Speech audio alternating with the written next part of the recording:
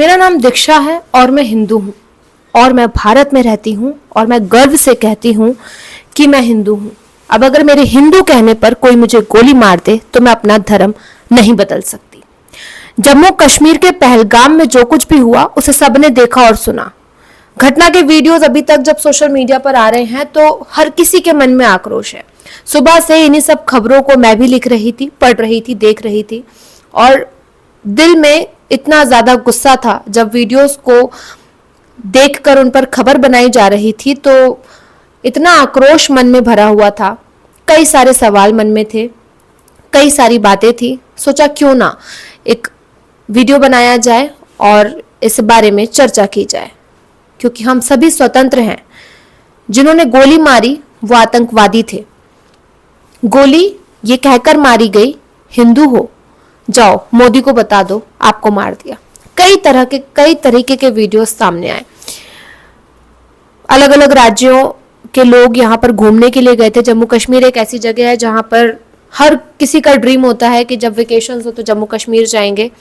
हम लोग खुद भी प्लानिंग कर रहे थे लेकिन नहीं जा पाए, और क्योंकि गर्मी का मौसम है, जम्मू कश्मीर एक ठंडी जगह है तो हर किसी का मन करता है कि ऐसी जगह पर जाए, वेकेशंस मनाए, सुकून से रहें।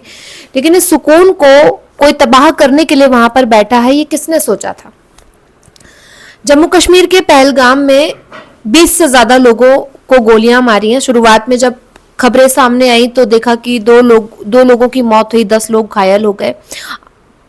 इस बात का अंदाजा हर किसी को था कि ये मौतों के आंकड़े बढ़ेंगे, लेकिन इतने ज्यादा बढ़ेंगे, देखते ही देखते 10, 20, 30 इतने लोगों को आतंकवादियों ने गोली मार दी। कई सारे लोग घायल हैं, इसमें बच्चे, बूढ़े, बुजुर्ग, युवक, सभी तरह के लोग शामिल हैं। हम पिछले कई दिनों से देख रहे हैं भारत के ही अलग अलग राज्यों में लड़ाई चल रही है। और ये लड़ाई किसके बीच? ये लड़ाई हिंदू और मुस्लिम के बीच नहीं, ये लड़ाई हिंदुओं में ही है। हिंदुओं में आपस में लड़ाई चल रही है। महाराष्ट्र में कई सारे वीडियोस ऐसे सामने आए जहां पर एमएनएस कार्यकर्ताओं ने लोगों को पीटा। सोशल मीडिया पर वीडियोस वायरल हुए। पीटा क्यों? क्योंकि आपको मराठी बोलनी नहीं आती। यही फॉर्मूला कर्नाटक में अपनाया गया। आपको वहां की भाषा बोलनी होगी, हिंदी बोली तो पीट दिया। केरला में सेम चीज देखने के लिए मिली और पश्चिम बंगाल के हालात तो हम पिछले कई सालों से लगातार देख रहे हैं। जाति के लोग रहते हैं और हमेशा से मिलजुल कर यहाँ पर रहे हैं। अचानक से एक लहर आती है, लोगों के मन में आ जाता है कि ये हिंदू है, ये मुस्लिम है, ये सिख है, ये ईसाई है। लेकिन जिन आतंकवादियों ने गोली मारी उन्होंने केवल एक चीज पूछी, हिंदू हो। उन्होंने ये नहीं पूछा कि मराठी हो, बंगाली हो, मलयाली हो, तमिल हो। उन्होंने पूछा हिंदू हो। जैसे ही हिंदू नाम सुना और गोली मार दी। इस बात से उन राज्यों को, लोगों को जाग जाना चाहिए कि आप भाषा पर लड़ाई लड़ रहे हैं लेकिन वो आतंकवादी हिंदू कहने पर ही गोली मार रहे हैं। अभी भी वक्त है कि एकजुट हो जाओ। आने वाला समय और भी खौफनाक हो सकता है। जम्मू कश्मीर में जो हमला हुआ उसके बाद वहां के टेररिज्म पर बहुत बड़ा असर पड़ेगा। मुख्यमंत्री उमर अब्दुल्ला ने भी इसको लेकर जो है बयानबाजी की। तमाम राजनीतिक बयानबाजी देखने के लिए मिली। प्रधानमंत्री नरेंद्र मोदी अपना विदेशी दौरा छोड़कर भारत आ गए। दिल्ली में उन्होंने आर्मी चीफ ऑफिसर से बातचीत की। गृह मंत्री अमित शाह खुद जम्मू कश्मीर गए, पीड़ितों से मुलाकात की। और अब भी इस मामले में बदले की आग को लेकर लोग जो है आवाज उठा रहे हैं और कह रहे हैं कि बदला लिया जाए। देश के अलग अलग कोनों में आज पाकिस्तान मुर्दाबाद के नारे सुनाई दिए। कई लोगों ने प्रदर्शन किए, पुतले दहन किए और अलग अलग तस्वीरें हर जगह से देखने के लिए मिली।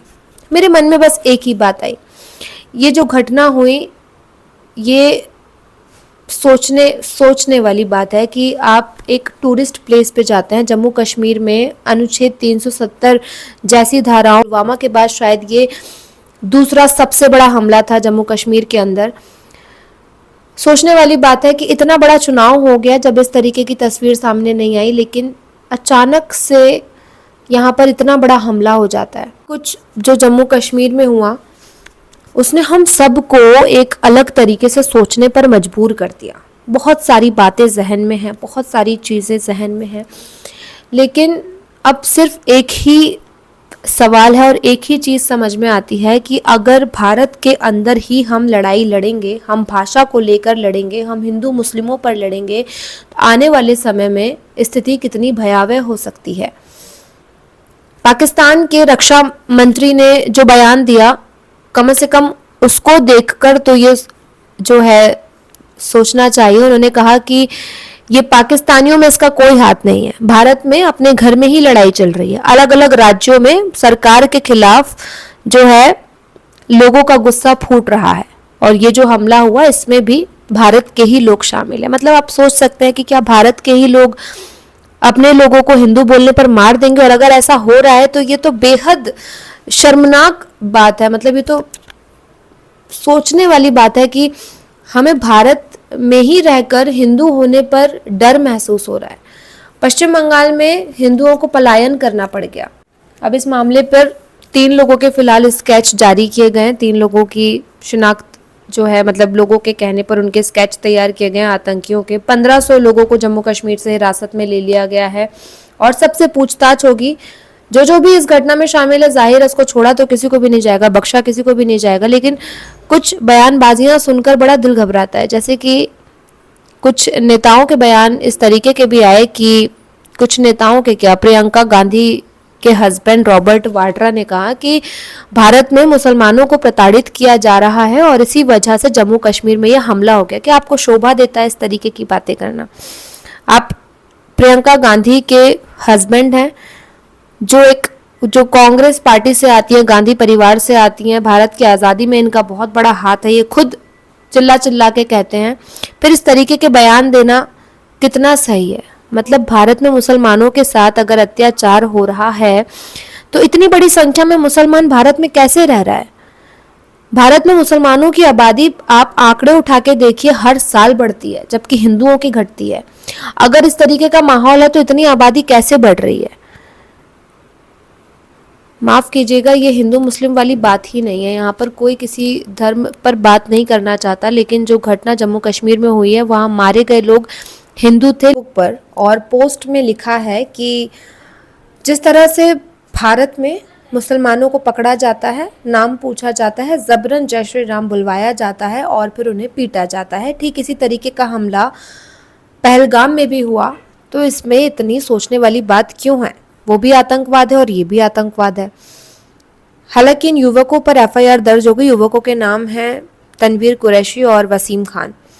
इन पर एफआईआर दर्ज की गई। और इसी तरह के सोशल मीडिया पर कई सारे जो पोस्ट जम्मू कश्मीर से सामने आए हैं, उनमें अगर आप कमेंट उठा के देखेंगे तो इतने घटिया भद्दे कमेंट लोगों ने किए हुए हैं। मतलब इस तरीके की घटनाओं पर भी राजनीति हो सकती है, इस तरीके की घटनाओं पर भी कमेंटबाजी हो सकती है। मतलब इंसानियत लोगों की कहाँ गई है? जो घटना जम्मू कश्मीर के पहलगाम में हुई है वो शर्मनाक है। वहाँ पर वो आतंकवादी हैं जिन्होंने इन्हें मारा है, उससे इसको जोड़ना और इस तरीके का आपने भारत में कभी नहीं देखा कि किसी को पकड़ा और मुसलमान पूछा और उसको मार डाला। ऐसा कभी हो जाता तो आग लग जाती।